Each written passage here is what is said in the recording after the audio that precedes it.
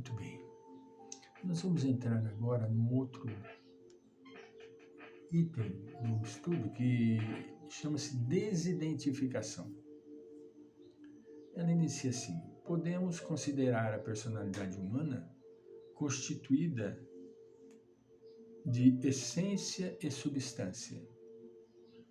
A primeira essência são as energias que procedem do eu profundo, as vibrações que emanam da sua causalidade.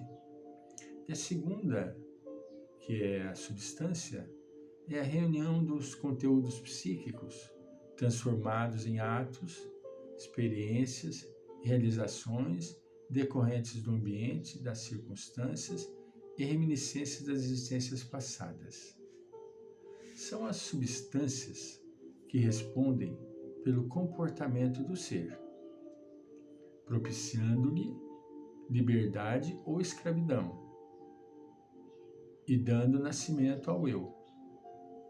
Numa pessoa média, portadora de consciência, sem a nobre conquista do discernimento e da vivência compatível, a ilusão e os engodos se estruturam, passando à posição das realidades únicas que ignoram, por efeito, a legítima realidade. O indivíduo de consciência mediana, entende? Numa pessoa média, né?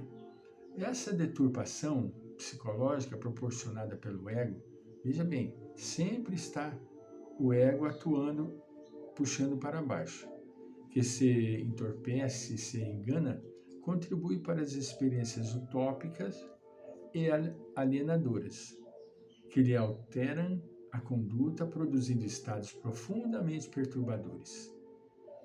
O hábito e o cultivo dos pensamentos viciosos, de qualquer natureza, tornam-se as substâncias que formam a personalidade doentia, que se adapta aos fatores dissolventes, rompendo a linha do equilíbrio e do discernimento, empurrando para o trânsito pela senda da irrealidade.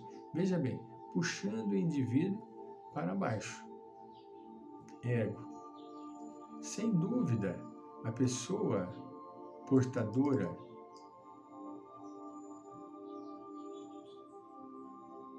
de substâncias fragmentadoras move-se em um verdadeiro nevoeiro.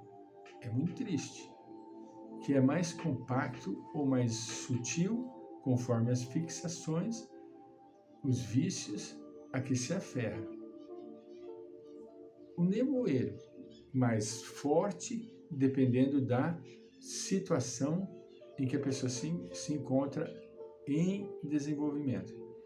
Identificando-se com as ideias que lhe são convenientes, algumas de procedências psicopatológica, adapta-se-lhes e incorpora-as, deformando a personalidade, e esta irrealidade termina por afetar-lhe a individualidade, caso não se resolva pela psicoterapia específica e urgente, indispensável.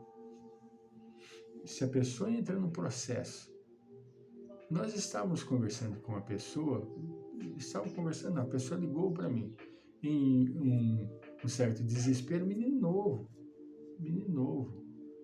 mas sem dominado pelo ego, totalmente dominado pelo ego, num verdadeiro nevoeiro e bem compacto. O que estava levando ele? Levando ao suicídio. Ele ligou em desespero, porque as ideias de suicídio eram constantes e ficava martelando. É claro que o suicida não fica falando daqui ou dali de acolá. O suicida, ele vai se suicida.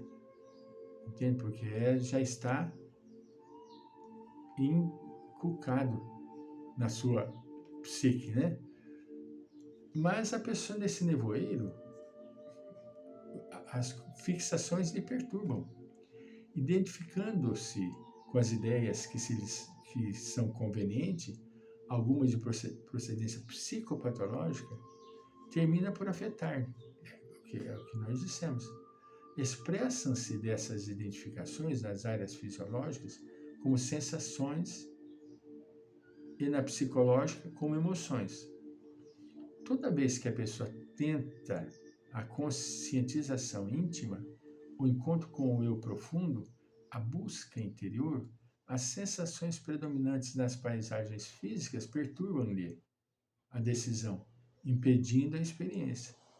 São sensações visuais, gustativas, olfativas, auditivas, táteis, com as quais convivem em regime de escravidão e que assomam no silêncio, na concentração, ocupando o espaço mental, desviando a atenção da meta que busca. É um processo que o indivíduo está vivendo de perturbação. Nós chamamos, dentro do estudo doutrinário, de um processo obsessivo, por fascinação. Até chegar no processo de fascinação que induz o indivíduo a cometer os delitos, ao suicídio, à criminologia e outras coisas, não é? Então, é necessário que a pessoa busque um tratamento psíquico, busque a psicoterapia. São ruídos externos que, em outras circunstâncias, continuando, não são percebidos. Imagens visuais arquivadas, aparentemente esquecidas.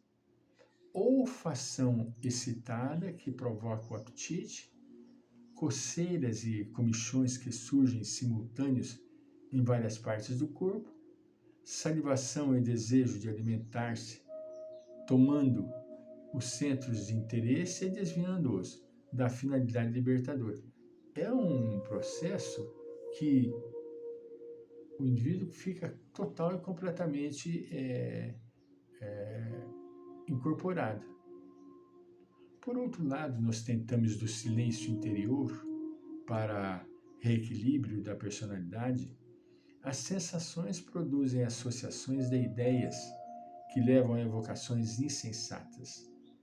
Música e perfume retornam à sensibilidade orgânica e induzem a recordações atribuladas, com lamentáveis anseios de repeti-las, de fruí-las novamente. A mente viciada e o corpo acomodado dificultam o despertar da consciência para a lucidez. Olha que colocação fenomenal. A mente viciada. Viciada por quê? Em tudo isso, nesse pasto que nós citamos, o perfume, a gula, o desejo, né? a droga e assim por diante. A mente viciada e o corpo acomodado dificultam o despertar da consciência para a lucidez.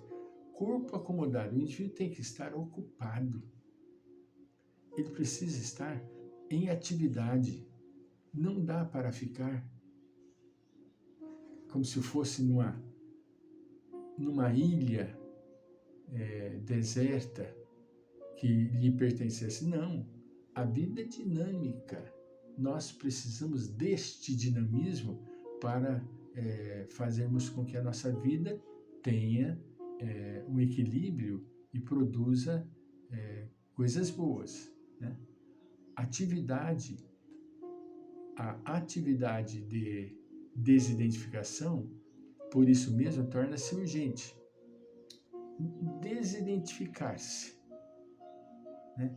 Mediante a mudança dos hábitos mentais, do cultivo das ideias, substituindo as perturbadoras por outras saudáveis, já que todo o espaço deve ser preenchido, do exercício disciplinado dos pensamentos, passando à alteração dos prazeres e gozos ilusórios, que devem ceder lugar àqueles que se expressam como manifestação da realidade planificadora que ocorrerá a libertação dos vícios e fixações, desidentificando-se da conduta tormentosa. Ele tem que fazer esse trabalho de desidentificação. Fundamental que o indivíduo compreenda a necessidade disso. Senão ele fica sob o jugo deste tormento. Como envoltórios concêntricos que asfixiam as irradiações do eu real, as identificações deverão ser liberadas de dentro para fora. Portanto, da essência para a substância. Da essência, que é o íntimo, para a substância, que é o exterior. A consciência desidentificada com a personalidade fragmentada, enfermiça, proporciona bem-estar. Prestemos atenção. A consciência desidentificada com a personalidade fragmentada, enfermiça, personalidade fragmentada, enfermiça, proporciona bem-estar. No momento em que a consciência se desidentifica da personalidade fragmentada. Isso é fundamental. Voltaremos.